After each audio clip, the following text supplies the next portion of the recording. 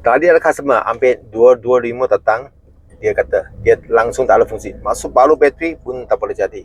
Ini total LT yang lama punya 2003-4. Okey, dia customer ada ambil kereta mari, saya tolong dia macam mana setting. Sebab dia setting sudah lali. Senang saja, okey. Video sudah ada. Ini total LT Opera Alam. Itu remote, dia tekan dia ada lampu yellow. Tapi dia kereta dia tak ada signal. Tengok dia ada signal ni lah. Okey, macam mana setting dia balik? Okey, dua-dua button tekan sekali. 10 saat ni macam lah. Sampai dia lampu padam. Okey, tunggu lah. Okey, padam. Lepas tangan. Lampu nyala. Tak nyala. Okey, sekali lagi.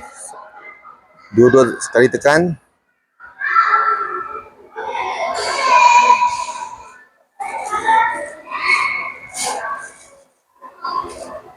So batam lepas lampu nyala, tekan kereta sana, tekan 3 kali. Okey. Sekali, 2 kali. 2 kali sudah okey bah. Okey, cuba. Okey, ini cara dia, okey.